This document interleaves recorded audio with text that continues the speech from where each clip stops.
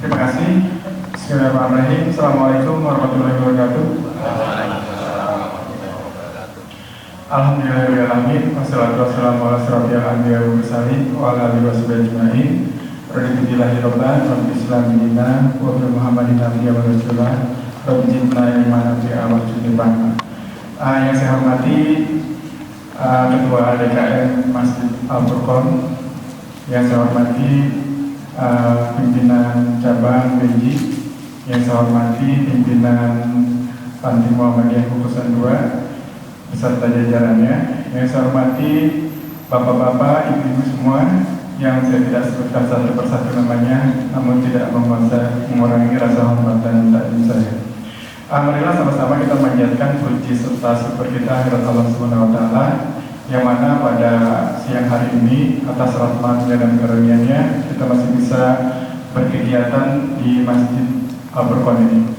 Selawat dan salam marilah sama-sama kita sampaikan kepada Nabi Muhammad SAW, kepada keluarganya, sahabatnya, tabiin-tabiinnya, insya Allah sampai kepada kita sebagai umatnya. Di sini izinkan saya untuk berdiri di depan bapak-bapak semuanya, ini untuk memberikan mungkin sedikit tentang konsep masalah pengolahan sampah. Mungkin sebelumnya saya perkenalkan dulu nama saya Hemi Satria Anom. Saya kebetulan tinggal di Kukusan, dan untuk latar pendidikan sebenarnya agak menyimpang dari kegiatan teman-teman ya. Saya kebetulan backgroundnya sarjana ekonomi, cuma karena memang hobinya di tanaman, ya alhamdulillah nyari duitnya juga di tanaman juga. Seperti itu sampai sekarang. Untuk pekerjaan saya kebetulan sebagai penangkar kebun bibit punya DKP 3. Itu tempatnya ada di Kampung Benda dekat TPA Cipayung. Nah, karena kerja dekat TPA yang tiap hari saya pemandangannya truk-truk sampah gitu, dan ngeliatin kalau untuk masalah baunya udah biasa karena tiap hari ngeliatin sampah gitu. Seperti itu. Nanti sangat berkaitan erat dengan tema yang akan kita bahas pada hari ini. Di sini mungkin tadi sudah disampaikan oleh Bu Lurah bahwa salah satu permasalahan di Kota Depok yaitu masalah sampah. Nah, kalau bapak-bapak mungkin pernah ke daerah Pasir Putih, dari Kelurahan Pasir Putih bapak ke arah timur itu mentok, itu melihat pemandangan sampah yang sudah sangat mengkhawatirkan. Dan saya rasa ini bukannya jadi tanggung jawab pemerintah kota semata. Ini sebenarnya ujungnya ya tanggung jawab kita sebagai masyarakat. Karena menurut saya secara pribadi, sampah ini kalau tidak diselesaikan di rumah tangga, maka pemerintah kota tidak akan mampu. Karena yang udah ada aja sekarang, itu saya juga bingung mau diapain gitu. Karena udah cukup banyak gitu. Untuk penambahan lahan juga masalahnya banyak. Untuk pakai insinerator yang seperti di Depok 2 juga dikomplain katanya panas segala macam gitu. Nah, mungkin kita akan memberikan salah satu katakanlah alternatif bagaimana cara kita menghadapi sampah di rumah tangga seperti itu. Nah, kebetulan karena saya juga selain hobi di tanaman, saya juga hobi juga berternak gitu ya. Kebetulan di rumah ada banyak ayam. Nah, dapatlah di sini saya konsep yang namanya konsep deep litter. Nah, kebetulan di sini ada dua konsep yang akan saya uraikan. Yang pertama konsep deep litter, yang kedua konsep litter box.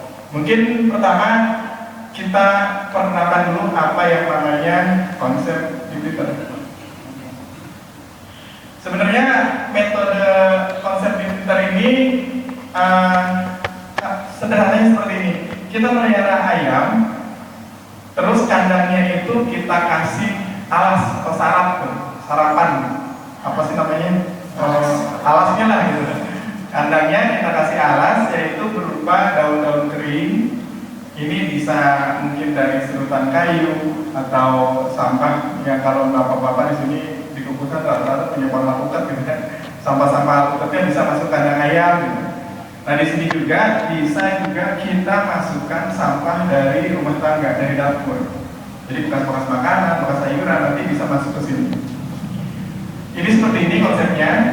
Lihat aja. Jadi prinsip kerjanya untuk kandang ayam kita ini itu yang saya udah lakukan kurang lebih selama 3 tahun. Nah dengan konsep filter ini memang kita tidak ada bau karena kotoran ayam yang keluar itu langsung disedot baunya oleh seresah tadi, yaitu berupa daun kering, berupa mungkin sedotan kayu atau mungkin berupa sekam mentah gitu. Itu seperti itu konsepnya. Kemudian untuk masalah pelapukannya itu kan di kotoran ayam juga ada bakteri, ada mikroorganisme juga di situ. Nanti dengan sendirinya sampah-sampah ini akan lapuk dengan sendirinya. Kemudian satu lagi, ada kebiasaan ayam yang memang secara naluri kalau nyari makan itu menceker. Jadi kita nggak perlu membolak-balik lagi itu sampahnya. Jadi dengan kebiasaan ayam menceker, jadi sampah kita nih udah dibolak-balik sama dia. Jadi semuanya cuma hancur. Pengalaman saya itu kalau kita masukin katakanlah sampah habis pruning pohon misalnya, habis nebang pohon nih, kadang-kadang kita kebingungan nih, nebang pohon banyak daun ranting segala macam gitu. Itu kalau ke tukang sampah udah lebih dari 300.000 tuh ongkosnya gitu. Itu kalau saya di rumah, tinggal saya masukin aja ke kandang ayam, saya bagi per lokal gitu. Saya kasih sampah-sampah itu nggak sampai 1 minggu, sampah itu udah hancur lapuk. Nah sekarang gimana biar ayam nih rajin menceker gitu? Nah saya kebetulan miara ayam, kasih makan ayam itu cuma sekali pagi aja, tapi sampai kenyang. Nanti pada saat siang hari, saya biasanya memberikan semacam makanan tambahan, itu apa berupa beras atau berupa jagung atau pur gitu. Ini yang sengaja saya lempar, saya raur, saya lempar ke kandang ayam, ke wadahnya tadi. Nanti ayam dengan sendirinya menceker. Dia secara naluri, kalau dia udah menceker, dia ketemu makan, itu bapak ibu sampai sore tuh ayam udah berhenti menceker. Sampai sore dia menceker terus, karena merasa dia dari pagi, dia siang itu dia lihat di situ ada makanan, terus dia ceker. Nah dia nanti dengan sendirinya sampah kita, kompos kita langsung cepat jadi. Itu seperti itu. Nah nanti keunggulannya dari konsep ini, kita bisa mendapatkan pupuk organik yang sangat premium. Mungkin bisa di sebelah bapak di belakang itu ada pohon cabai. Nah kebetulan pohon cabai itu hasil nanamnya pakai media dari kompos ayam. Nanti bisa dilihat dari volume daunnya, ukuran batangnya. Itu menandakan bahwa pupuk yang kita gunakan sangat cocok untuk tanaman itu, seperti itu. Kurang lebih seperti itu konsepnya. Lanjut. Nah ini bahan-bahan lain ya. Mungkin kalau misalnya memang bapak ibu pengen pelihara tapi rumahnya sempit, bisa alternatif dari daun kering, bisa pakai sekam padi, bisa pakai serbuk gergaji, bisa pakai jerami, sampah dapur dan sisa makanan. Ini seperti itu. Lanjut.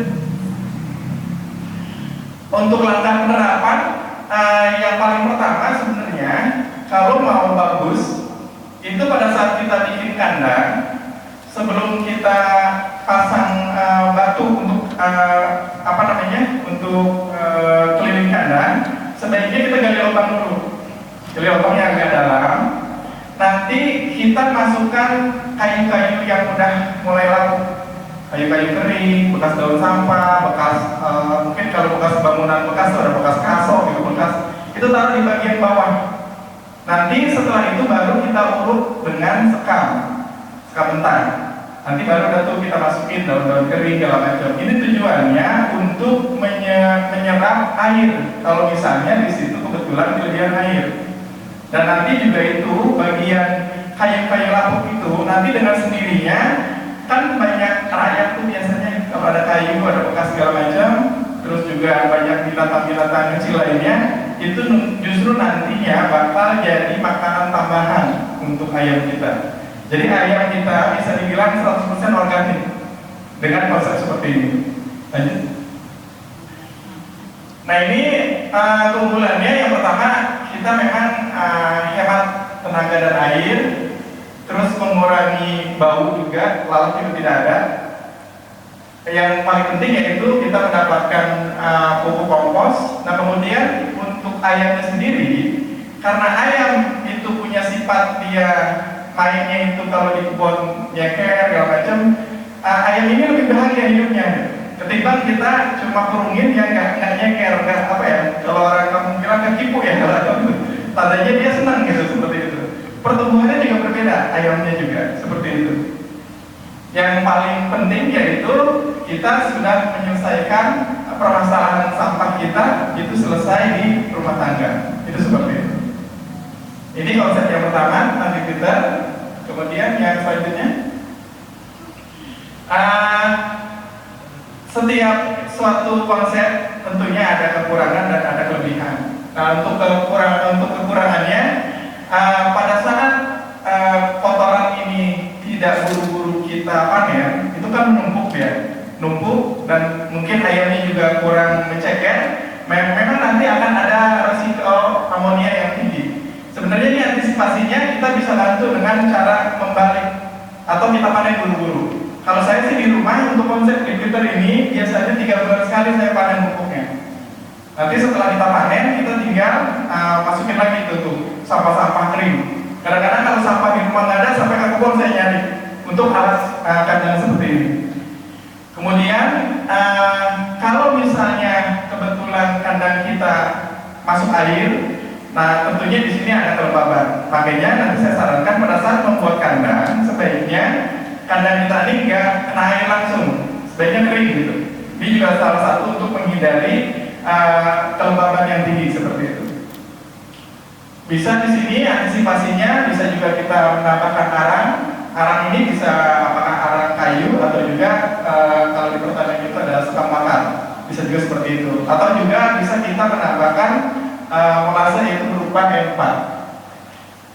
Dan kalau misalnya kita tidak panen buru, kebetulan karena kita udah terasa lembab, bisa juga kita menambahkan bahan-bahannya kering, apakah itu serbuk gergaji, apakah itu sekam mentah gitu, itu bisa seperti itu. Untuk masalah pakan, sebaiknya kalau untuk pakan yang utama itu ada tempat tersendiri, jadi jangan semuanya diaur di bawah gitu. Khusus untuk yang masalah dia kita letakkan di bawah, ini untuk stimulannya untuk menceker aja, seperti itu. Lanjut. Kemudian yang kedua, ada lagi yang namanya konsep litter box. Nah kalau litter box ini sebenarnya dia tidak terintegrasi dengan sampah dapur dan sampah rumah tangga, tapi ini khusus untuk kita pengen melihara ayam di tempat yang sempit tapi nggak bau gitu. Nah ini untuk litter box ini kandangnya biasanya kalau saya udah yang lantai 2, lantai 3, jadi tersusun seperti apartemen, bisa konsepnya seperti itu. Nah ini sebenarnya konsep ini diterapkan sudah konsep lama, udah 1800 yang tahun udah diterapkan gitu. Jadi ini justru kita menggunakan alasnya, yang pertama yaitu bisa sekam kering, sekam mentah, bisa juga serutan kayu. Nah yang paling penting di sini kita menggunakan kotoran sapi dan kotoran kambing malah sebagai alasnya. Nah ini kenapa kita menggunakan kotoran sapi dan kotoran kambing? Karena di kotoran kambing dan kotoran sapi itu kan ada bakteri. Nah nanti pada saat ayam itu mengeluarkan kotorannya, nanti secara alami bakteri dari kotoran sapi dan kambing yang akan mengurai amoniak yang keluar dari kotoran ayam. Jadi ayam itu langsung kering, langsung nggak bau dia, karena langsung terurai. Nah dan nanti dari hasil penguraian kotoran sapi, kotoran ayam diurai oleh bakteri kambing dan sapi, itu nanti akan menghasilkan enzim, dan enzimnya ini mengandung vitamin B12 yang memang sangat dibutuhkan oleh ayam. Kemudian lagi keunggulannya, sapi, kambing itu kan kalau makan biji-bijian dia nggak hancur kan, biasanya tetap utuh gitu. Nah nanti karena ayam ini kebiasaan menceker, nanti biji-bijian yang ada di kotoran kambing, kotoran sapi justru malah sebagai makanan tambahan buat ayam itu. Nah ini biasanya saya yang konsep seperti ini biasanya untuk ayam yang masih diocek atau ayam negeri yang petelur merah, itu saya pakai konsep seperti ini. Kemudian juga sekarang ada macam-macam jenis ayam-ayam kampung petelur, seperti ayam white Leghorn, ayam Elba, ayam Arab, mungkin bapak-bapak pernah dengar. Nah itu memang yang tanpa mengeram dia nolong terus-terusan. Nah mungkin kalau misalnya kita balik lagi ke ketahanan pangan, berarti kan kita setiap hari sudah ada protein. Kalau di kandang kita setiap hari ada telur. Mungkin kalau kita ingin potong ya bisa kita pelihara ayam KUB yang memang 3 bulan sekali panen. Itu juga sangat-sangat komersial kalau memang kita tujuannya untuk mendapatkan pendapatan. Itu seperti itu. Lanjut. Nah ini untuk porsi kerjanya ya, tadi kurang lebih saya sudah sampaikan. Lanjut. Untuk bahannya tadi, jadi kandangnya ini wajib tidak boleh kena air. Tempat minum pun kalau bisa di luar, jadi ayam cukup kepalanya aja keluar dia bisa minum. Karena kalau misalnya konsep seperti ini airnya ada di dalam terus wadahnya basah, itu juga nanti bisa menimbulkan bau karena kan menumpuk ya. Tapi kalau misalnya posisinya kering itu nggak akan bau. Kebetulan di sini ada Pak Arif Rahman, dia pernah datang ke kandang sampai dibuktikan tuh dicium langsung kotoran ayam yang udah 3 bulan, 4 bulan gitu. Memang terbukti tidak bau, itu seperti itu. Lanjut. Nah ini ya untuk ketebalannya, yang pertama kandangnya itu memang harus ada alasnya, berupa box gitu ya. Box ini bisa kita buat dari triplek atau papan, bisa juga. Saya kalau kebetulan saya di rumah menggunakan karpet alam jadi buat alasnya. Jadi biar kotorannya itu tetap tertahan gitu seperti itu. Nah nanti untuk dasarnya saya kasih sekam mentah, sekam padi yang masih belum dibakar. Itu paling banyak. Misalnya saya kasih sekam padi 1 karung, nanti untuk kotoran kambingnya mungkin setengah karung, kotoran sapinya setengah karung. Dan jangan lupa kotoran kambingnya dan kotoran sapinya sebaiknya yang kering. Jangan yang masih baru keluar langsung ditaruh di situ ya tambah becek gitu. Tapi yang kering. Dan ini untuk kotoran kambing dan kotoran sapinya paling bagus memang difermentasi dulu. Tapi kalau saya di rumah tanpa saya fermentasi pun juga alhamdulillah tetap nggak bau gitu. Nah justru nanti keunggulannya dari hasil yang diterbok ini kita dapat pupuk kandang yang lebih premium lagi, yang lebih bagus lagi. Kenapa? Karena begini. Kotoran ayam itu kalau secara hitung-hitungan dia kandungan nitrogennya paling tinggi, paling bagus dari semua jenis pupuk kandang. Kotoran sapi dia unsur fosfatnya yang lebih tinggi. Kotoran kambing itu dominan unsur kaliumnya.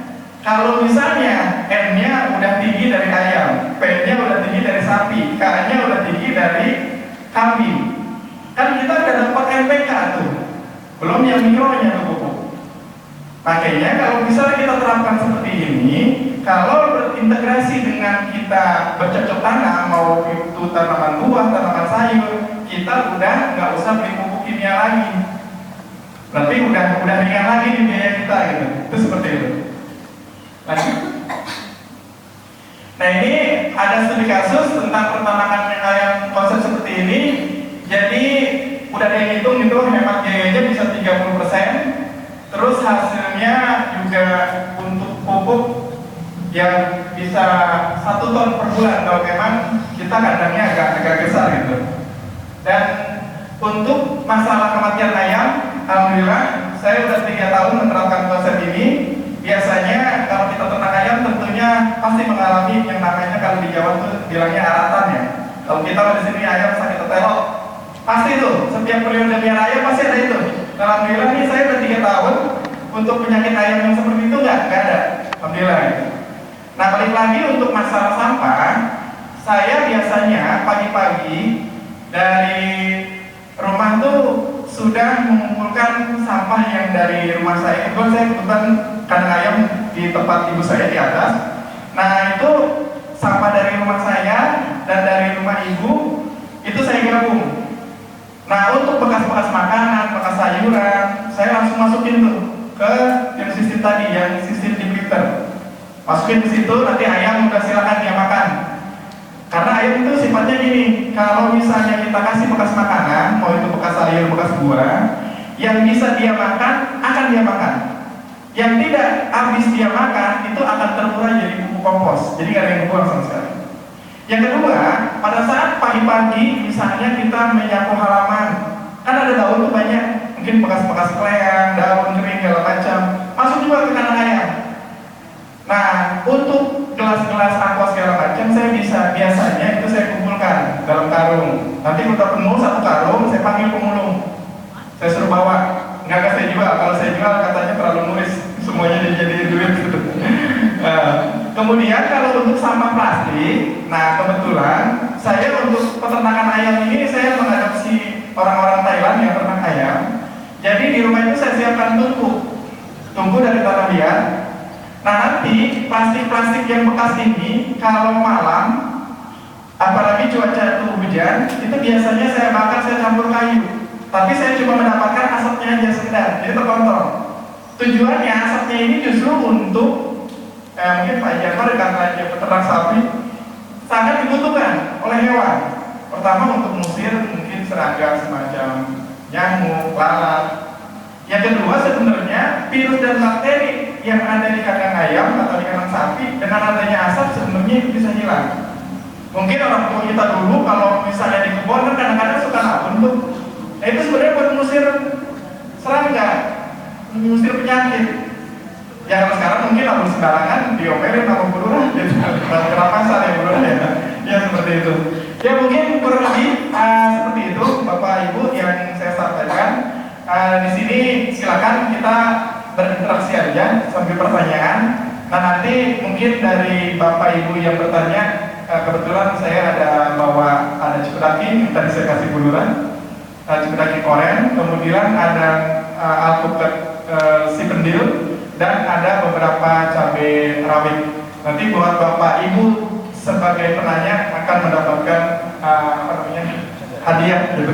Silakan Bapak Ibu, mungkin boleh dicatat yang bertanya. Berarti saya nanya duluan. Oh, tanya. Silakan biar dapat tiga-tiganya. Baik, Pak. Ya silakan ketua dulu. Kita mulai ketua. Baik, terima kasih. Assalamualaikum warahmatullahi wabarakatuh. Ini menarik sekali ya. Saya terus terang pas melihat ini kok hal ini saya lakukan tapi dengan model yang berbeda. Saya punya kandang ayam tapi di belakang, tapi ayamnya bukan untuk ayam potong, cuma ayam mainan. Ya, ayam mainan. Ya, saya punya betisar satu, ya, terus punya ayam punya ayam beli di tukang ayam, di tukang bulu. Itu cucu saya, Iparta, itu minta dibeliin pitik ayam. Saya beli 2 ekor. Yang pertama ayam petelur yang merah-merah itu.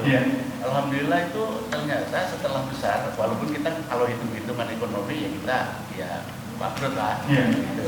Nah, tapi ini luar biasa memang produksi telurnya setiap hari Pak ngambilin telur.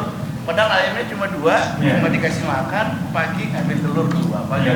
Sampai di kulkas itu sampai penuh. Dan saya bagi-bagi. Ya, saya bagi ya tetangga-tetangga. Itu alhamdulillah gitu.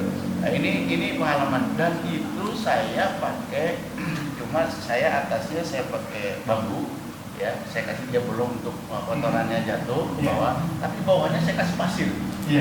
Pasir ya kira-kira 10 cm, 20 cm lah. Itu saya timbun pasir dan tidak bau sama sekali. Alhamdulillah itu saya juga nggak tahu, tapi saya teorinya saya nggak tahu. Cuma saya kasih pasir, setelah saya kasih pasir itu ternyata nggak bau.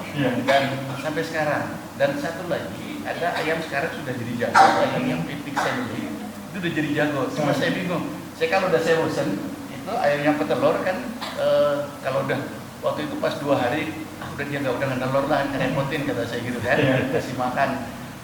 Udah saya kasih orang aja gitu, ya dipotong gitu. Kalau kita motong kan nggak tega juga. Iya. Nah, ini sekarang ada jago 2 nih, gede-gede banget. Wah saya juga, kalau mau bisa ambil masalah. Itu yang satu saya kasih alasnya itu bambu, ya, biar kotorannya jatuh di pasir. Dan satu lagi saya nggak pakai alas, saya taruh dia, tapi ada pasir di dalamnya, di bawahnya itu. Itu luar biasa memang ininya dia apa? Kalau kata orang sini kekipunya ya. Ya itu juga saya kasihan juga yang dikasih bambu itu dia nggak bisa kekipu. Tapi kadang-kadang saya lagi ini, saya iseng, saya tukar tempat ya. Kamu pindah ke sini, yang ini pindah ke sana gitu. Ya kan jadi itu jadi kombinasi. Nah cuma pertanyaan saya, apakah memang pasir ini juga termasuk dalam model menghilangkan bau itu secara ilmu ya, secara teori? Ini saya nggak tahu, walau alam. Saya udah mulai agak bosan kandangnya, soalnya kandangnya agak gede juga gitu. Saya udah ngomong-ngomong sama istri saya bilang saya mau bongkar aja di kandang. Tapi kalau lihat begini ini menarik, menarik. Ini bisa dibidik ayam lagi nih, beli gitu ya. Gitu. Iya, Pak. Terima kasih. Terima kasih, Pak. Saya satu langsung jawabannya. Terima kasih Pak Jid pertanyaannya. Jadi sebenarnya salah satu pasir juga bisa Pak sebagai wadah gitu ya. Cuma karena kebetulan mungkin Pak Haji ayamnya cuma sedikit gitu ya. Dia dengan kena pasir diceker-ceker juga itu langsung hilang gitu. Tapi kalau misalnya pada saat ayamnya itu banyak, tentunya kan kotorannya itu akan lebih menumpuk lagi. Nah itu udah beda lagi problemnya gitu. Tapi kalau misalnya seperti itu, Bapak bisa aja nanti biasanya kalau yang wadahnya pasir itu bersihnya pakai penyaringan Pak. Nanti kan kotorannya itu dinyangkut, tapi pasirnya tetap jatuh. Itu biasanya seperti itu cara membersihkannya. Cuma nanti pupuk yang Bapak dapatkan ya hanya dari kotoran ayam aja gitu. Cuma kan mungkin selama ini belum terintegrasi nih dengan sampah dapur, dengan sampah rumah tangga gitu. Mungkin kalau misalnya selanjutnya mau biar urusan sampah juga beres gitu kan, nggak menambah beban, ya kita bisa memanfaatkan kandang ayam kita Pak, seperti itu Pak. Silakan Pak. Terima kasih. Tiga bulan kita pulang, nanti ke Panama dulu, potong ayam yang gede-gede. Kan tadi itu bongkar tuh, potong dulu ayam. Oke. Pertanyaannya gini, kalau seandainya kita nggak ada kandang ayam, apakah kita bisa buat juga dengan cara model tadi? Campuran dalam mentai ayam atau apa kita beli ataupun campuran dengan sampah rumah tangga sama atau dengan bisa Pak. Itu namanya kita buat kompos secara pribadi ya, cuma tanpa bantuan ayam ya. Kebetulan gini Pak, saya untuk metode pembuatan pupuk kompos hampir semua metode pernah kita praktekkan gitu. Karena kebetulan kita sama penyuluh di Bermitra gitu bareng-bareng. Rata-rata semua pengolahan pupuk kompos itu mengeluarkan gas metan. Dan itu kalau dia keluar ke muka udah pasti bau. Nah justru dengan konsep yang ayam ini yang kita bebas gas metan, karena itu tadi ada kebiasaan ayam yang menceker. Nah itu, jadi perbedaannya kita pertama pupuk yang kita dapatkan lebih kaya, karena lebih banyak, lebih beragam, ketimbang yang kita olah katakanlah Pak Jumanto tadi cuma kita bikin sendiri. Berarti kan di situ Pak Jumanto harus ngebalik, mungkin seminggu sekali, terus harus memberikan POC untuk starter bakterinya gitu. Kemudian lagi prosesnya itu agak lama. Kalau yang seperti itu gitu. Nah kalau yang konsep kandang ayam, justru ayam mesti kita suruh kerja Pak. Gitu. Jadi ayam udah yang kerja, yang maksudnya yang balik dia, yang olah dia, yang ngasih bakteri kotorannya dia gitu. Jadi justru kita mungkin apa ya? Apakah di sini semua eksploitasi tentang ayam saya juga kurang paham, tapi ya yang namanya makhluk diciptakan kan ada manfaatnya buat kita. Justru itu harus kita berdayakan. Dan justru ini kita semuanya dibantu sama ayam. Perbedaannya di situ konsepnya. Cuma memang yang Pak Haji tadi lakukan memang bisa itu kita bikin kompos. Cuma di situ Bapak akan harus kerja lagi, harus ngebalik lagi, harus memberikan POC lagi gitu. Itu seperti itu Pak, perbedaannya. tiga cara saya coba Iya. Kumpul isinya. Iya betul, memang bau udah pasti Pak, karena itu mengeluarkan gas metan dan itu pasti kalau dia keluar pasti bau gitu. Itu seperti itu. Ya, Pak. Ya, silakan Pak. Baik, makasih. Ada dua ya. Iya Pak. Yang pertama dampak jangka panjang terhadap proses integrasi tadi struktur tanah dan air. Apakah sudah ada semacam informasi tentang penelitian? Iya. Yang kedua, adakah bimbingan teknis yang langsung bisa dibantu untuk ke tempat kediaman kita langsung? Iya. Kalau belum ada, berapa biaya yang harus dikeluarkan? Oke. Langsung order. Iya. Harusnya terbuka kita Langsung berbawa ini. Ya, baik Pak Ustaz. Jadi kalau untuk masalah dampak ke tanah dan air, yang Bapak maksud di tempat kita melihara ayamnya kan? Ini begini Pak, tadi kan sebelum kita bikin, itu kan sebaiknya digali dulu, masukin bekas-bekas kayu lampu, terus juga bukan puing Pak, bahan-bahan organik tapi yang masuk. Misalnya bekas-bekas kayu, bekas mungkin daun gitu, itu bagian bawah. Justru dia nanti yang akan misalnya itu kelebihan air atau ada air gitu udah pasti ya. Nah dia kan nyerap. Nah justru karena itu airnya itu bawahnya media organik yang kita gunakan, itu justru akan melapuk sendiri Pak. Justru tanah kita jadi hidup. Karena tanah hidup itu sebenarnya tanah yang hidup itu tanah yang ada mikrobanya. Di situ ada protozoa, ada bakteri, ada cacing, ada kepik, ada apa ya, macam-macam lah. Kita justru itu yang bikin tanah kita lebih subur Pak. Seperti itu. Kemudian untuk pertanyaan kedua, ya untuk kalau Bapak memang ada tempatnya ada dan mau mencoba, saya siap bantu untuk memandu dari mulai konsep kandangnya. Bapak bisa pilih konsepnya seperti apa yang lebih, karena nanti kita cocokin lagi sama kebiasaan Bapak di rumah. Misalnya waktu Bapak di rumah berapa lama untuk merawat segala macam, nanti kita harus lihat itunya juga. Terus matahari itu arahnya dari mana, sirkulasi udara, karena itu juga harus kita pikirkan juga antisipasi seperti itu Pak. Nanti untuk masalah Bapak mau pilih varietas atau varian ayamnya, Bapak mau yang panen ayam, maksudnya daging, atau mau panen telur? Gitu, atau mau yang lebih cepat bikin kompos, karena beda-beda nih. Kalau yang cepat bikin kompos sebaiknya pakainya ayam kampung, karena dia tuh udah biasa tuh nyeker. Cuma dia telurnya mungkin ada periodenya dan mengerang dan punya anak. Tapi untuk masalah bikin kompos dia paling jago. Ayam kampung, ayam telur, ayam bakok. Dia untuk masalah bikin komposnya cepet dah. Nah yang kedua, kalau Bapak mau panen telur yang tiap hari, itu bisa coba ayam kampung bertelur. Dia lincah juga, bisa ceker juga. Cuma dia nanti telur tiap hari. Seperti ayam negeri juga yang tadi Pak Haji Naman pelihara. Keunggulannya dia nanti di kandungan kuning telurnya omega 3-nya lebih tinggi di kuning telurnya. Ya mungkin kalau kita tiap hari pagi-pagi kita sarapan 2 butir telur ayam kampung, tentunya udah segera aja tiap hari. Itu bisa ada pilihan Pak. Banyak ragamnya, ada kalau jenis dari Balimbang ada ayam KUB 2 yang petelur ya, ada ayam Buntara, ada ayam Janaka, itu jenis-jenis ayam KUB yang dari Bank Peternakan. Tapi juga ada ayam yang dari luar tapi udah beradaptasi di sini. Contohnya ayam White Leghorn, ayam Elba, ayam Arab yang dari Mesir, itu juga berproduksi telur tiap hari. Itu seperti itu pilihannya. Diskusi setengah kamar. Oh, iya. Mungkin yang lain ya, silakan Pak. Terima kasih. Ini Pak Arjun. Di tempat kami Pak, mohon izin di bawah itu. Ya, Pak. Jadi sampah daun itu melimpah. Ya. Bagaimana supaya kita tidak perlu membangun banyak kandang sehingga daun-daun itu bisa menjadi kompos. Ya. Itu yang pertama.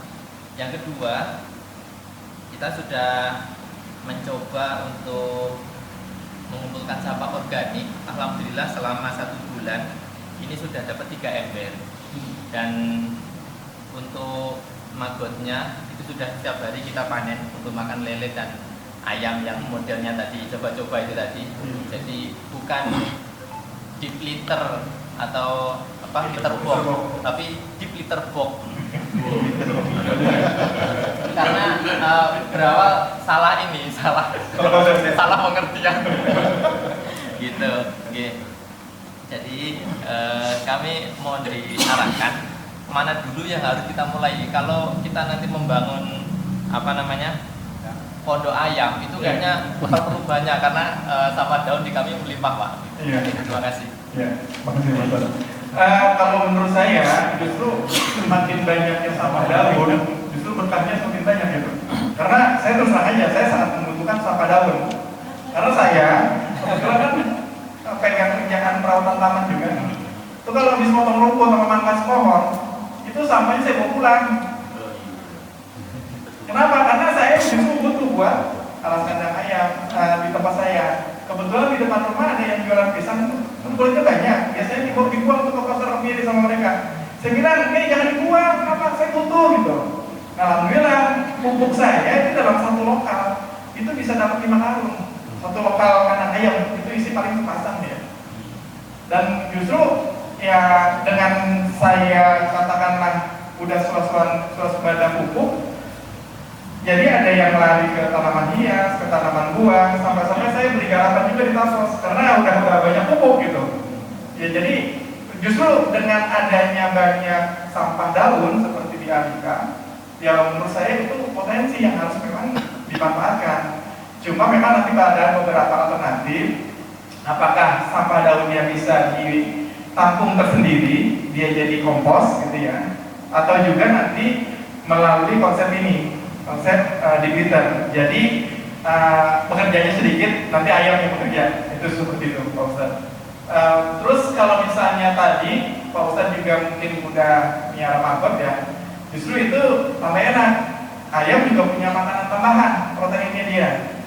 Jadi sampah yang organiknya mungkin terbagi dua. Ada yang lari ke maggot, ada juga yang lari bekas ke ayam. Saya kebetulan pernah satu acara di Politeknik UI itu mengisi acara semacam ini bareng dengan penggiat maggot Pak Aminuddin. Kebetulan maggot yang di Depok yang pegang dia. Nah kebetulan dua-duanya konsepnya kita tentang sampah. Saya pakai cara ayam, dia pakai cara maggot gitu. Nah ternyata kalau dikolaborasikan justru malah bagus. Jadi semua sampah yang organik, yang sisa makanan, itu alternatifnya bisa dua, bisa lari ke ayam, bisa lari ke maggot. Bahkan bekas yang sisa maggot pun itu masih bisa masuk ke ayam. Jadi benar-benar terselesaikan. Yang kedua keunggulannya, maggot itu sebagai makanan tambahan buat ayam. Ayamnya lebih gemuk lagi, lebih sehat lagi gitu. Itu seperti itu. Karena kalau kita cuma tok di maggot aja, pertama kalau sampah organiknya banyak dan gak buruk dimakan oleh maggot, tentunya akan menimbulkan bau. Pasti kalau di maggot. Kalau di ayam ya karena dia langsung diceker, itu baunya juga tidak ada. Itu seperti itu. Cuma keunggulannya maggot itu proteinnya tinggi, sangat cocok untuk ayam, untuk ikan itu seperti itu. Itu bisa diterapkan konsepnya ayam Pak Ustadz ya. Iya. Yang lain? Ya, baik, makasih. Ini kebetulan saya dengan teman-teman kan sedang mencoba beternak ayam juga nih di Megamendung sana. Itu ada ayam merah negeri nilai ya. Kemudian ada ayam Arab ya. Yang merahnya itu sekitar 40 ya. Dan yang Arabnya 20. Itu alhamdulillah udah mulai bertelur. Seharinya tuh yang merah tuh sekitar 24-25. Kemudian yang Arabnya tuh sekitar separuh. Tapi kalau misalnya mau diaplikasikan untuk buat pupuk, tadi kan kita kan di kandangnya kan mepet-mepet gitu ya. Nanti naruhnya apa tuh? Itu berarti sistem baterai Pak. Jadi apa bersaf gitu. Iya, sistem baterai Pak. Itu jadi naruhnya tadi sekam sama kotoran sapi tadi. Iya. Apakah mungkin seperti ini? Kalau kandangnya sistem baterai tidak memungkinkan Pak. Tidak memungkinkan. Kita kasih alas itu. Justru kita konsepnya ini dia semi umbaran jadi. Umbaran. Jadi dia kita kasih kandang itu berkoloni. Iya. Misalnya satu jantan 5 betina untuk ayam kampung petelur atau ayam jaba itu bisa seperti itu. Itu lebih bisa karena ini sebenarnya konsepnya ini kita lebih kepada ke rumah tangga Pak. kecil. Iya, skala kecil. Kalau untuk skala besar bisa, cuman nanti paling kandangnya lebih besar, nanti tinggal alasnya aja yang memanfaatkan kotoran kambing dan kotoran sapi. Itu bisa seperti itu. Sempit sekali. Iya, karena kalau yang kalau kandang baterai, pada saat kotorannya itu jatuh kan dia menumpuk. Tapi kalau misalnya dia kandangnya bukan baterai yang semi unggaran, kotorannya jatuh, dia kan nanti dengan sendirinya ada kegiatan dia tadi menceker. Nah, seperti itu. Jadi nggak mungkin ya diterapkan di sini. Iya, kalau kandang baterai tidak bisa diterapkan dengan konsep itu gitu Pak. Karena dia khusus kandangnya. Iya. Nah, beda memang. Terima kasih. Ya. Ya, dari ibunya mungkin, ya Bu silakan. Ya. Ini dari mana ini? Dari Alika, Pak. Dari Alika Pak ya. Ingin bertanya, Pak. Tadi kan sudah dijelaskan mengenai metode Twitter sama Twitterbox yang dimanfaatkan di lingkungan masyarakat. Nah, sedangkan kebetulan kita sudah di lingkungan pesantren. Iya. Dan baru mau mulai untuk membuat pupuk untuk tanaman. Iya. Lalu, kalau melihat kondisi santri dan pengelola pesantren yang mempunyai aktivitas yang padat dan sumber dayanya itu terbatas, lalu bagaimana langkah paling realistis agar metode ini bisa diterapkan secara berkelanjutan? Iya. Dan apa yang dilakukan bahwa bisa siap dan aman untuk digunakan di komunitas? Iya. Baik, terima kasih. Saya kebetulan posisi juga bekerja. Jam 9 harus sudah berangkat. Nah itu saya bilang tadi, saya kasih makan ayam itu sehari cuma 1 kali pagi aja. Yang penting dia kenyang.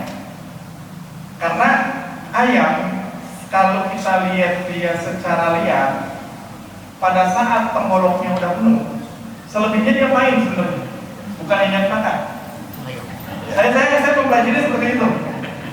Karena ayam kalau udah tenggoroknya telinya ya gitu, udah kenyang, dia pasti selebihnya bermain. Kalau dia minta makan terus bukan, udah kenyang. Orang. Itu seperti itu. Makanya saya lebih berpendapat kita kasih makan pagi yang kenyang. Selebihnya nanti siang dia mungkin itu ceker segala macam. Itu seperti itu. Berarti untuk waktu bisa, karena pagi-pagi kita selesaikan semua. Saya kebetulan pagi itu dari mulai ngurusin pilah sampahnya, yang organik sama yang organik, kemudian kasih makan ayam, itu dari pagi jam 7 sampai jam 9, alhamdulillah selesai. Ayam kurang lebih 50-an. Dan sepagi itu urusan ayam selesai, mungut telur sehari. Kebetulan saya juga pagi teman ada ayam merah, 3 telur, itu ada 6 ekor.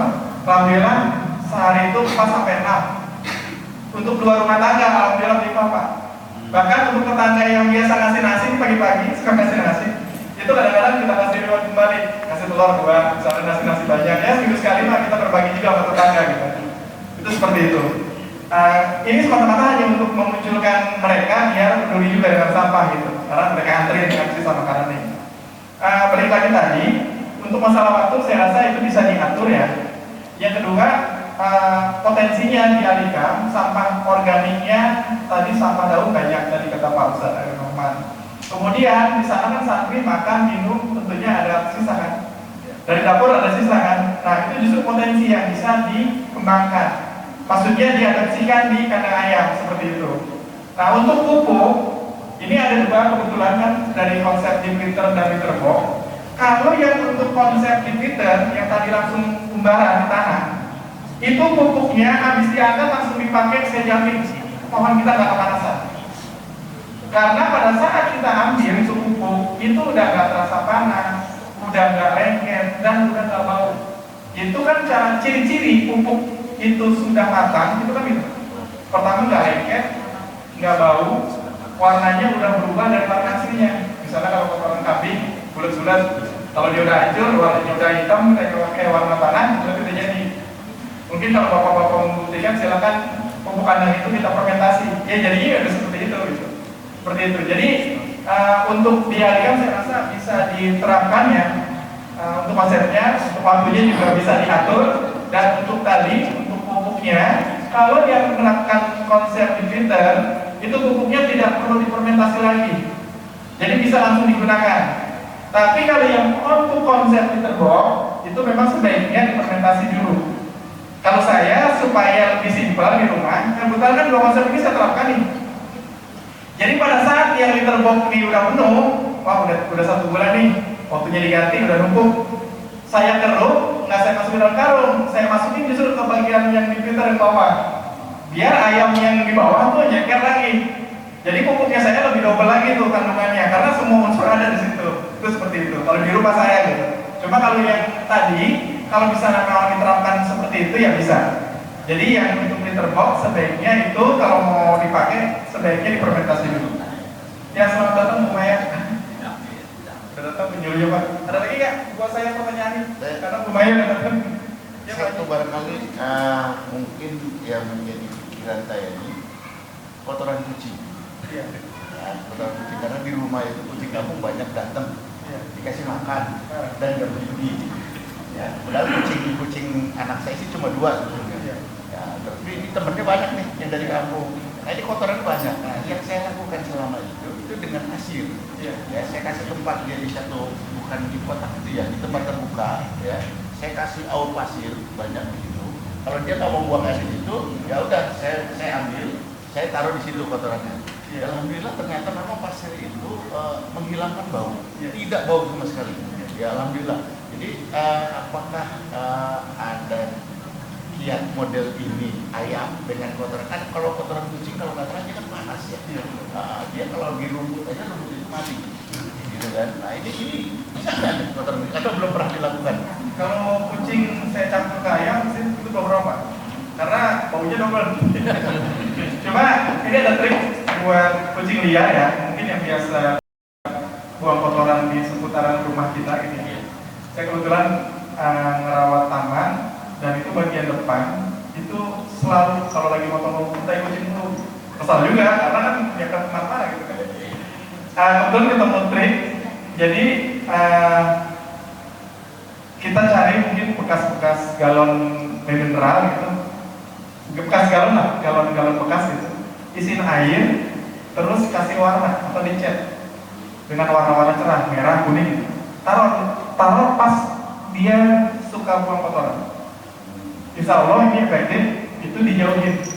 Cuma resikonya kadang-kadang kita baru naruh sehari 2 hari, besoknya udah hilang. Bobong gitu. Itu tapi itu sangat efektif untuk dia pindah nggak mau buang kotoran di situ. Tapi kalau dari rumput rumputnya mati. Enggak, maksudnya diletakkan di situ aja Pak. Anunya maksudnya buat dia nggak. Biasanya dia buang kotoran situ. Jadi seputaran situ dia takut Pak. Nggak mau datang gitu. Kan buangnya sebagai rumput. Iya. Nah, kalau kita taruh rumputnya, Nah, mati. iya ketinggian yang bagian ketinggian galonnya ya bisa. Nah, itu hanya trik ya. Berarti dia pindah. Memang nggak boleh orang buang air. Iya. Buang air ya buang air aja. Iya. Sembarangan. Ada lagi mungkin sebelum dilanjut ke Bu Maya? Iya Pak, silakan Pak Rek. Yang di filter itu mesti tertutup atau sebagian tertutup sebagian enggak itu bisa? Sebenarnya kalau yang di filter bisa sebagian tertutup bisa terbuka. Nanti model-model kandang sebenarnya ada ya, nanti bisa dilihat di video. Tapi sebaiknya sih tertutup kalau pengen kan, karena kalau terbuka kan curah hujan tinggi nantinya becek banget gitu Pak. Nah, tapi kalau misalnya pengen nggak terlalu nantinya mendapatkan dampak yang lebih apa gitu, sebaiknya sih tertutup. Maksudnya nggak kena air hujan langsung gitu. Nah, itu Pak. Tapi kandang 2 lantai bisa ya? Kalau yang 2 lantai atas bawahnya di printer, atasnya literbox. Beda-beda konsep gitu seperti itu. Nah, Saya punya 2 lantai, soalnya apartemen saya di belakang 2 lantai. oh iya. Bisa diterapkan. Baik, karena rekan saya narasumber satu lagi udah datang, Bu Maya. Mungkin dari saya kurang lebihnya saya mohon maaf. Wabillahi taufiq wal hidayah. Assalamualaikum warahmatullahi wabarakatuh. Waalaikumsalam. Baik, assalamualaikum warahmatullahi wabarakatuh. Izin Bapak, saya tidak berdiri karena ternyata bapak-bapak sudah pada senior daripada saya. Jadi saya izin duduk aja Bapak. Bismillahirrahmanirrahim. Yang terhormat, di sini mungkin ketua panitia yang sudah menyelenggarakan kegiatan urban farming ya Bapak dalam isinya terkait dengan pertaniannya. Nah izin Ibu Bapak, nama saya Naya Rusmiwati. Saya di sini bekerja di Dinas Ketahanan Pangan, Pertanian dan Perikanan Kota Depok selaku penyuluh pertanian lapangan. Kebetulan wilayah kerjanya di Kecamatan Beji. Mungkin salah satunya di Kelurahan Kukusan ini. Nah, mungkin izin. Nah, di sini alhamdulillah Bapak dan Ibu semua sudah pada berminat ya, ada motivasi terkait dengan kegiatan pertaniannya. Izin dari kita Dinas Pertanian karena ada program kegiatan Bapak Wali Kota terkait dengan ketahanan pangan, maka di sini Dinas Ketahanan Pangan mendukung program ketahanan pangan keluarga melalui yang namanya pekarangan pangan lestari terintegrasi. Mungkin sudah pada kenal ya Bapak ya terkait dengan apa itu P2L terintegrasi. Sudah ada yang mengenal belum Bapak Ibu? Belum. Barusan. Baru P2L. Sebenarnya yang namanya P2L itu sudah umum ya Bapak terkait dengan pemanfaatan lahan pekarangan melalui dan pemanfaatan limbah rumah tangga melalui pekarangan pangan lestari. Oke, next. Nah ini, jadi target dari kegiatan P2L ini adalah mengoptimalkan pemanfaatan lahan pekarangan dan pemanfaatan limbah rumah tangga. Di sini jelas untuk mendukung ketahanan pangannya, karena di Kota Depok di sini ada program yang terkait dengan penekanan angka stunting. Depok itu termasuk penanganan angka stuntingnya tinggi, maka ada program ketahanan pangan di sini. Nah, di sini tujuannya buat apa sih Bapak dan Ibu terkait dengan P2L ini? Jelas ya, di sini untuk menyediakan sumber pangan yang sehat, bergizi dan bergizi di pekarangan. Terus membangun ketahanan pangan keluarga. Yang ketiga, meningkatkan pendapatan ekonomi keluarga. Di sini juga sebagai wahana edukasi. Maksudnya sebagai wahana edukasi itu, kalau Ibu dan Bapak bertanam di rumah, sedikitnya ada sesuatu yang dilihat, sesuatu yang dilirik. Kalau tanaman warnanya apa Bu? Merah. Tanaman warnanya hijau ya Bapak, ada merah dan hijau dan sebagainya. Nah begitu ternyata salah satu vitamin mata itu adalah kita melihat warna hijau. Nah di sini ada namanya edukasinya. Edukasi itu bisa bermacam warna, ada warna tanaman itu warna kuning, warna merah, warna hijau dan sebagainya. Tapi kita lebih senang lagi melihat warna apa? Warna merah. Karena warna merah itu ternyata hasil dari warna hijau. Kan? Jadi ternyata tanaman pun bisa menghasilkan untuk kita memberikan atau mendapatkan sesuatu dari hasil pertanian tersebut. Nah di sini sebagai upaya mengendalikan harga komoditas. Di sini ada tanaman yang sangat fluktuatif. Contohnya apa Ibu? Fluktuatif itu jadi naik turun. Nah di sini ada tanaman yang sangat bervariasi terkait dengan tanaman cabai. Tanaman cabai itu adalah tanaman yang kadang tidak kita sangka-sangka harganya tinggi. Nah tiba-tiba turun. Nah kebetulan sekarang ini Bapak Wali Kota itu mempunyai program bagi-bagi tanaman cabai. Nah ini salah satunya untuk menekan atau meningkatkan keamanan pangan keluarga. Jadi ibu-ibu dan bapak di sini kalau mempunyai satu rumahnya minimal satu tanaman cabai itu bisa menekan harga atau menekan pengeluaran biaya. Bapak Ibu kalau misalkan kurang paham langsung aja ya. Nah itu. Terus yang terakhir sebagai solusi dari permasalahan perkotaan. Kenapa kita ada selenggarakan P2L di sini? Karena ternyata salah satu manfaat dari kita memanfaatkan pekarangan itu ternyata ada hasil penghijauan. Karena selama ini di daerah Beji itu atau Kota Depok itu Beji termasuk salah satu daerah yang cepat pertumbuhan ekonominya, lahan semakin sempit dan sebagainya. Maka salah satu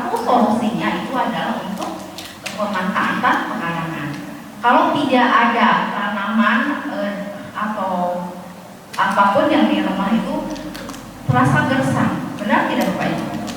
Jadi di rumah itu kalau tidak ada tanaman, berbeda halnya, rumahnya bagus tapi tidak ada tanaman, kelihatannya bagaimana? Walaupun bagus tapi tetap kelihatannya kurang ada sesuatu yang menarik. Tetapi berbeda halnya dengan rumah yang rumahnya biasa saja, tetapi di situ ada pemanfaatan pekarangannya. Nah di situ otomatis ada nilai estetikanya. Nilai estetik itu apa? Ada rasa kesejukan dan sebagainya. Ternyata di sini kita berbudidaya tanaman itu ternyata menyumbangkan yang namanya oksigen. Nah diharapkan ibu dan bapak di sini mempunyai minimal itu satu pohon yang rimbun, satu pohon yang rindang. Karena satu pohon ini menyumbangkan untuk oksigen ke satu rumah. Nah apalagi kalau banyak, benar nggak bapak ibu? Setidaknya ibu sudah menyumbangkan udara ke lingkungan setempat. Nah makanya program DKP 3 di sini mengajak bapak ibu, kebetulan nih Pak Happy di sini adalah ahlinya ya, ahli pertanian di Kukusan. Maka alhamdulillah itu ikon Depok juga, ikon DKP 3 juga, karena DKP 3 kebetulan bekerja sama dengan Pak Happy. Makanya alhamdulillah kalau ibu tidak memanfaatkan ini, sayang sekali Bu. Nah kebetulan juga kalau misalkan bapak dan ibu pengen mendapatkan pendampingan, mari kita bareng-bareng membentuk kelompok.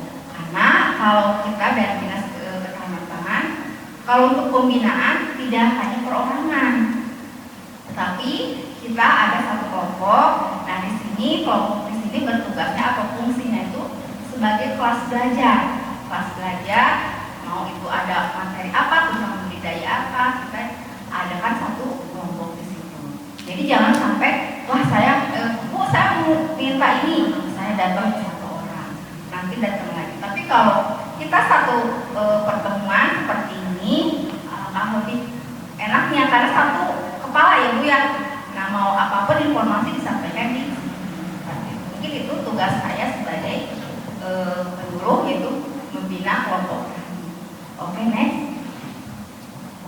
Nah di sini apa sih dari tadi P2L aja, pekarangan pangan lestari terintegrasi. Oke next. Nah di sini Bu Bapak, jadi pekarangan pangan lestari itu ada 4 konsep. Di sini ada pertaniannya. Nah, untuk pertanian itu apa saja? Otomatis di sini ada budidayanya. Kita menanam-nanam.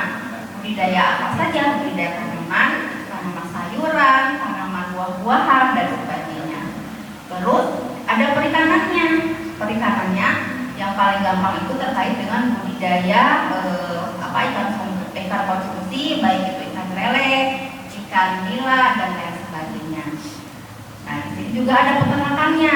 Nanti peternakannya sudah dibahas sama Happy ya, panjang kali lebar kali tinggi ya Pak ya. Alhamdulillah sangat antusias banget saya melihatnya, responnya dan sebagainya.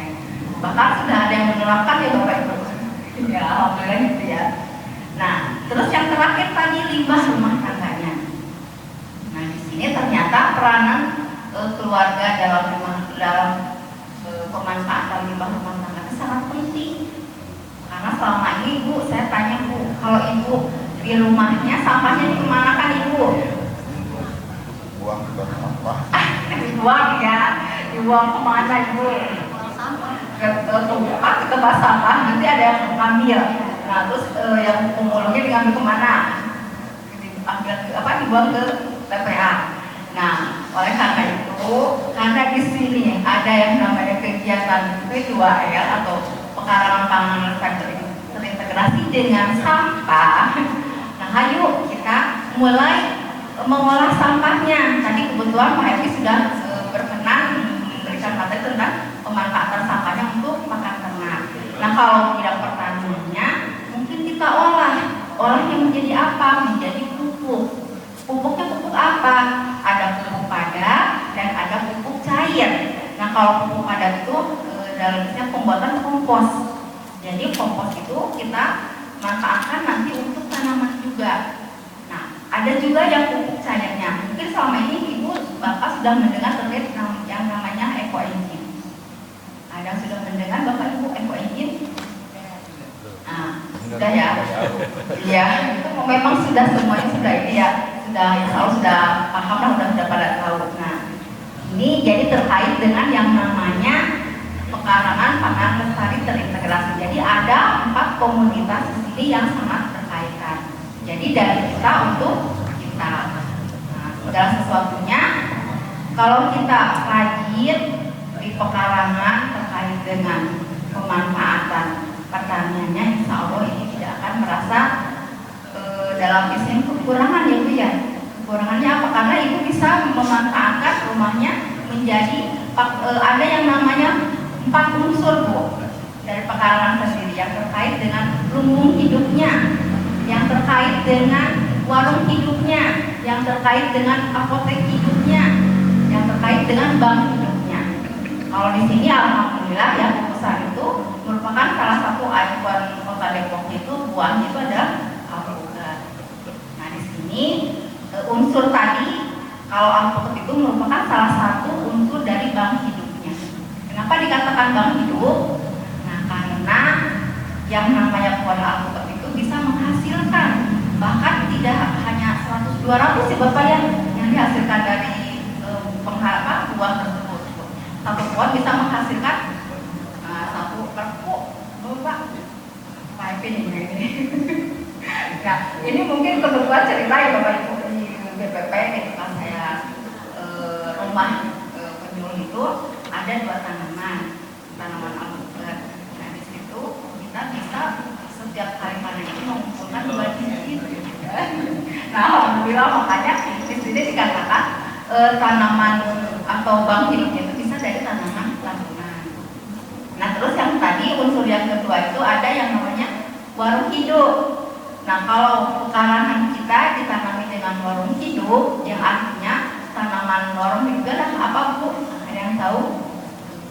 Warung hidup itu ada. Jadi kita kebutuhan sehari-hari yang ada di dapur ya Bu. Nah apa aja? Seperti sayuran ya, tomat, cabai, sawi dan sebagainya itu ada dikatakan sebagai warung hidup. Makanya ayo bareng-bareng sama-sama kita kalau misalkan ibu mau bentuk dan bapak mau bentuk terkait dengan pembentukan pertanian, kita coba Bu dari mulai di rumah aja dulu di rumah. Nah, nanti kita skalanya ke pekarangan rumah, terus ada pasum. Di sini banyak pasum nggak Bapak Ibu?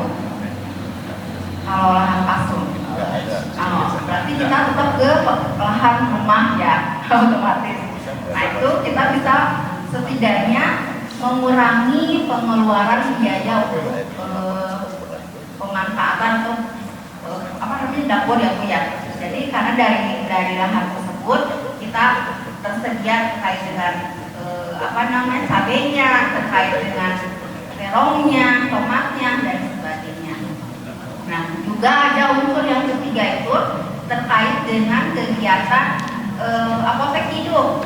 Nah kalau apotek hidup sudah pada paham ya Bu, apalagi yang namanya Pokja 3 ada PKK aja nggak Bu? Nah ini kalau apotek hidup itu terkait dengan tanaman toganya. Tanaman toga banyak ya Bapak Ibu, ada serai, ada kencur, jahe dan sebagainya. Nah yang terakhir mungkin lumbung hidup. Nah kalau di kita lumbung yang termasuk lumbung hidup karena tidak ada sawah ya Bapak, jadi mungkin kita larinya ke hortikultura yang seperti pisang. Masih ada kan Bapak banyak? Nah pisang juga termasuk singkong. Itu yang dimaksud dengan lumbung hidupnya. Bapak dan Ibu, dari sekian yang sudah saya sampaikan, ada pertanyaan? Oke, silakan Pak. Mudah-mudahan saya bisa jawab ya, kalau nggak saya PR. Terima kasih Ibu. Ya, silakan. Memang selama ini yang kami dengar itu yang biasa membicarakan sampah, tanaman hidup, lingkungan hidup itu usianya sudah di atas 30 Ibu. Nah, ya jadi masalah kami ini yang masih generasi muda ini kok agak-agaknya itu sama tanaman itu apatis gitu. Jadi kira-kira bagaimana itu untuk kita ini kan berada di lingkungan kampus yang bonafit lah ya gitu ya, yang muridnya itu sudah ribuan gitu.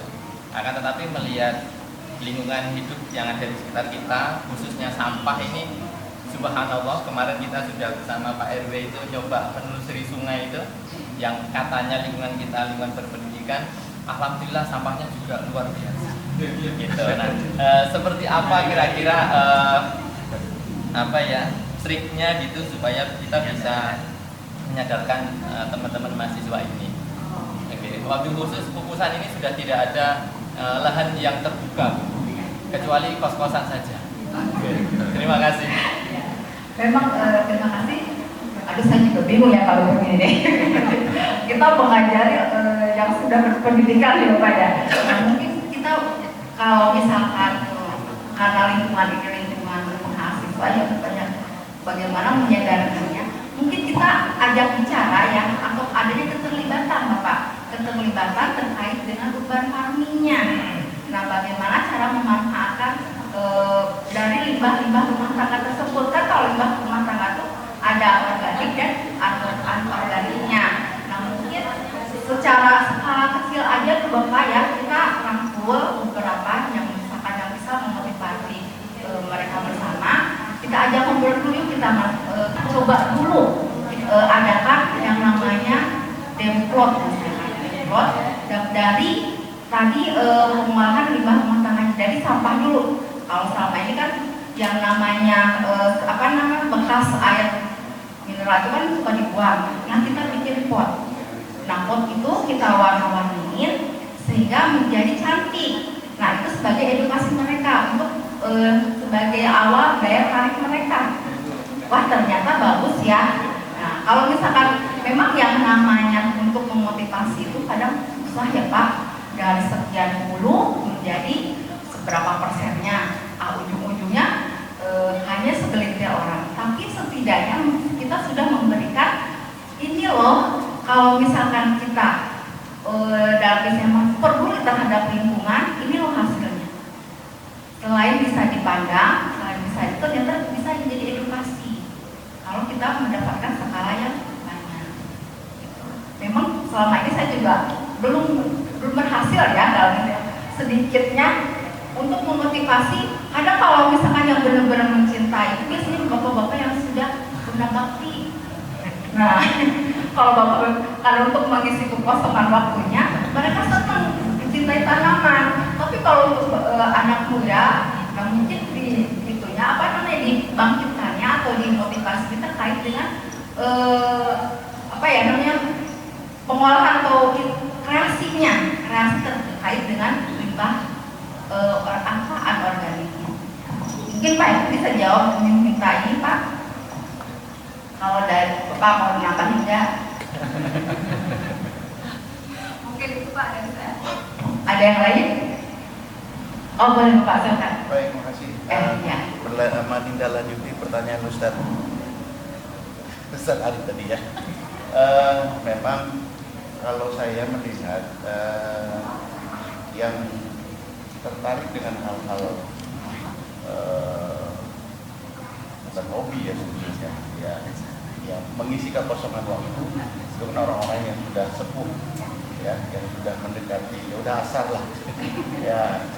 Cuma bagaimana gini, tadi apa yang beliau lakukan dengan Pak Ketua RT itu survei lapangan ke Sungai Cil ya, yang itu yang mengakibatkan adalah sampah kan, sampah. Jadi bagaimana sebetulnya ya, saya nggak tahu kiat pemerintah ini mengubah mindset ya, ini kan mindset masyarakat nih yang sekarang ini ya. Tadi dari apartemen yang 10 lantai itu tinggal jatuh gini aja sampah itu kan.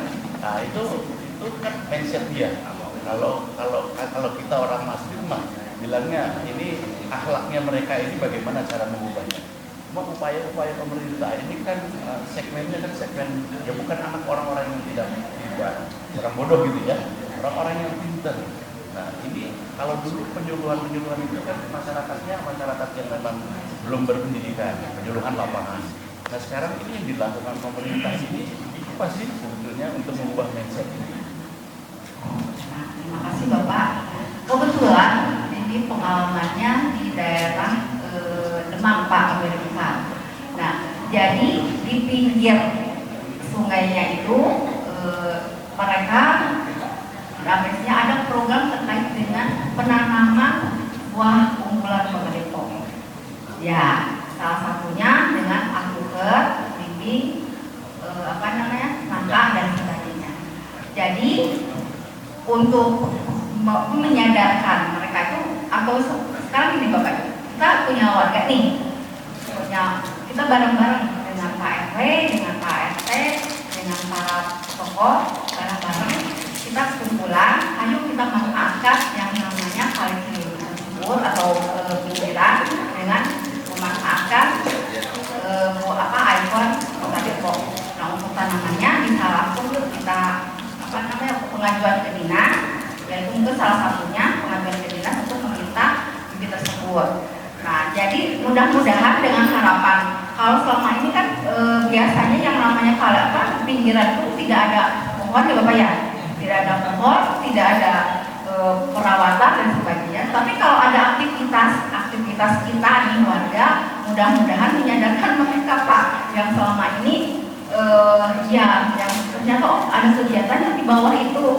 Mudah-mudahan tergerak juga, ini kan begini gimana gitu. Setidaknya mudah-mudahan dengan aliran tersebut, kalau kita ada pergerakan ya Bapak, pergerakan dari lingkungan, mudah-mudahan bisa menyadarkan mereka yang selama ini membuang sampah sembarangan. Karena kalau kita ada yang namanya aturan-aturan yang mengekang mereka juga tidak mungkin ya Bapak.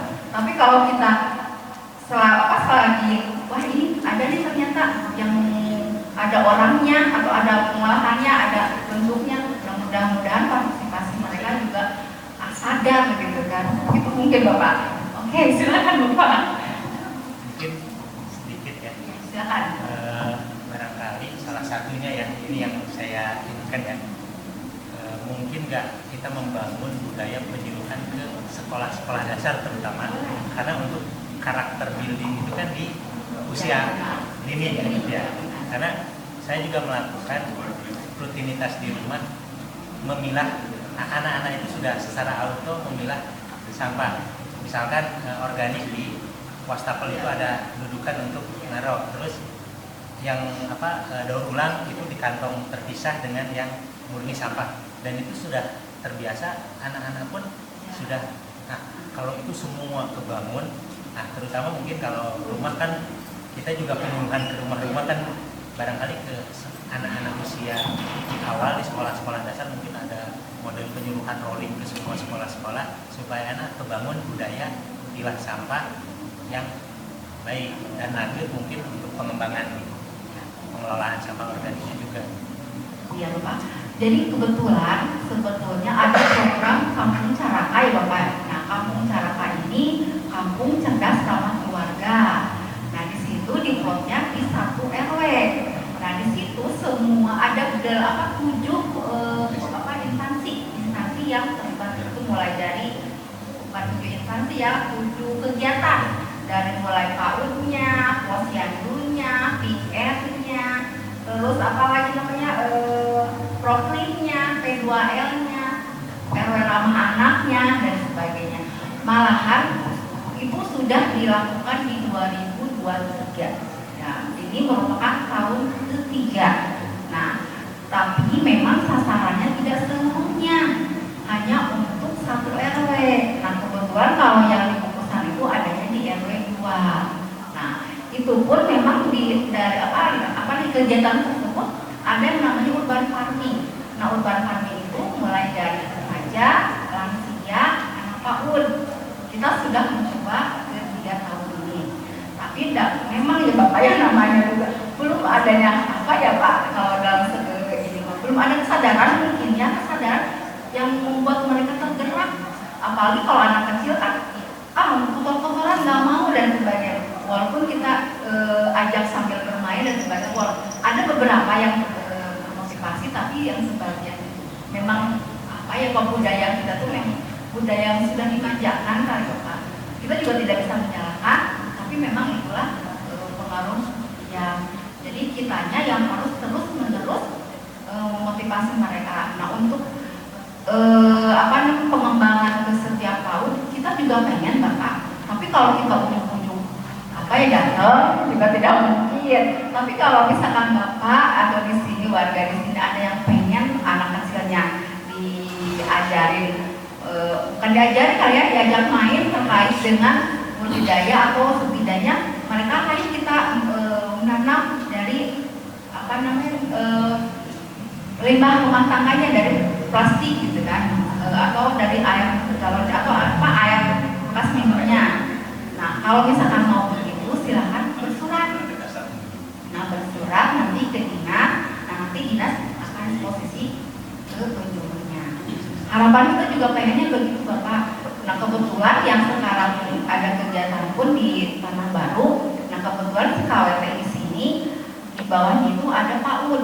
Nah itu hampir setiap bulan ada kegiatan budidaya atau pengenalan budidaya tanaman ke anak PAUD. Nah mereka yang di sana itu udah alhamdulillah senang malah membantu kita. Nah mungkin kalau misalkan kita terus, jadi nggak hanya sekali Bapak ya kalau yang namanya pembinaan itu, jadi harus ada kesinambungan yang terus, jadi tidak ada dalam istilah kata lelahnya. Nah mungkin memang harus ada kerjasama dengan ibu gurunya. Ya, itu Bapak. Ya. Mungkin ada lagi Bapak dan Ibu. Nah, ini kalau terkait pertanian Mas, saya yakin Bapak dan Ibu semua sudah pada paham lah nggak usah ini gitu kan. Nah boleh silakan Pak. Terima kasih. Ya. Saya dan teman-teman para pensiunan sudah mencoba budidaya perikanan, ikan nila. Nah kita tuh kemarin ya beli bibitnya gitu ya, itu lumayan agak mahal, satu ekornya tuh 1.200 gitu ya. Nah kemudian beli sampai 3.000 sampai ya berarti 3 juta juga. Nah saya ingin tahu cara untuk pembuatan bibit ikan istilahnya. Supaya kita tuh untuk berikutnya lagi nggak usah beli bibitnya, tapi kita membibitkan sendiri gitu. Apa ada penyuluhan tentang pembuatan bibit itu? Kebetulan Bapak di Dinas Ketahanan Pangan itu ada 2 penyuluh, penyuluh pertanian dan penyuluh perikanan. Nah, mungkin kalau misalkan Bapak nanti mau kena atau pemahaman lebih jauh tentang perikanan, nanti saya ajak penyuluh perikanannya.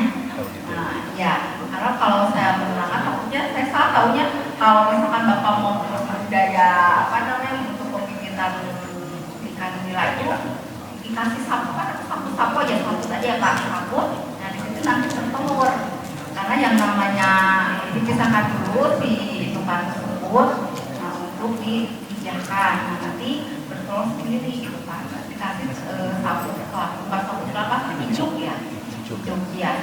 Nanti kalau ini saya ya hijuknya nanti ditaruh di Bapak ada kolam sortir. Nah di situ indukannya ditaruh di sana besar, nanti dikasih hijuk.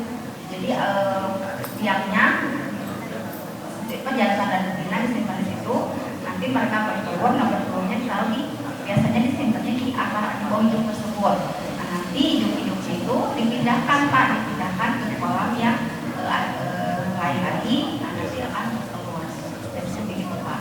Itu kolamnya selebar berapa sih? Kalau untuk induk, kalau untuk pemijahan paling 1 kali 1 juga cukup Pak. 1 kali 1 ya, ya, 1 kali 2 lebih dari 1. Ya, itu hanya untuk budidaya atau namanya pemijahan dari telur ke bibit. Terima kasih. Mungkin itu aja ya Bapak dan Ibu dari saya. Mohon maaf apabila banyak segala kekurangan dan kelebihannya. Terima kasih. Assalamualaikum warahmatullahi wabarakatuh.